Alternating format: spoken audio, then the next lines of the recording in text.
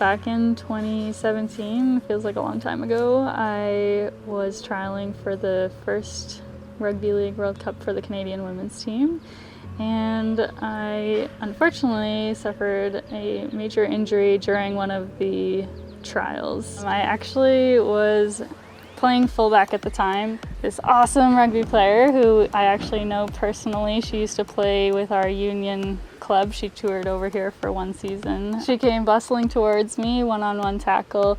I was successful in making the tackle, but the way that she landed on me actually blew my knee sideways. I popped right back up, and being a fullback, my job is also to retrieve a lot of high kicks that are made. So directly after the tackle, a ball was kicked and I went running down to get it, but I felt like my body was going one way and my legs were going a different way. Like the direction I wanted to run, my legs weren't allowing me to. So at that time I knew something was wrong, and I kind of just took a second. Luckily my teammates took control of the play and the situation, but I had to get carried off shortly after that by our trainer, Hayden, and it was not the most exciting. I was quite upset. I had to fly home shortly after the tryouts, where I was in a lot of pain and kind of suffering from the injury at that point, but I was still hopeful that I was going to make the squad. The ACL, MCL, and the back of the leg, the giant muscle popliteus, I tore all three, and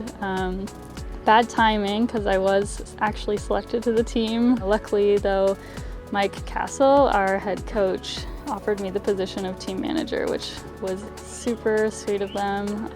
I got to go alongside the team, just in a little bit of a different role than I had planned originally. So I was with them for 4 weeks in Australia, where I took on a lot of management stuff, like booking hotels and making sure everybody got to where they needed to. The year that I was injured was probably one of my favorites. I know sometimes injury can cause people to kind of go into a downward spiral and sometimes even forms of depression, and that was something luckily I didn't experience. I did the opposite, where I boost my rugby involvement in some of the things that I hadn't been able to do before. So things like coaching and community involvement, running events, and again, managing the national team was one of those. And so I found other ways to fill the rugby void while I wasn't able to compete, but absolutely it was a big drive in my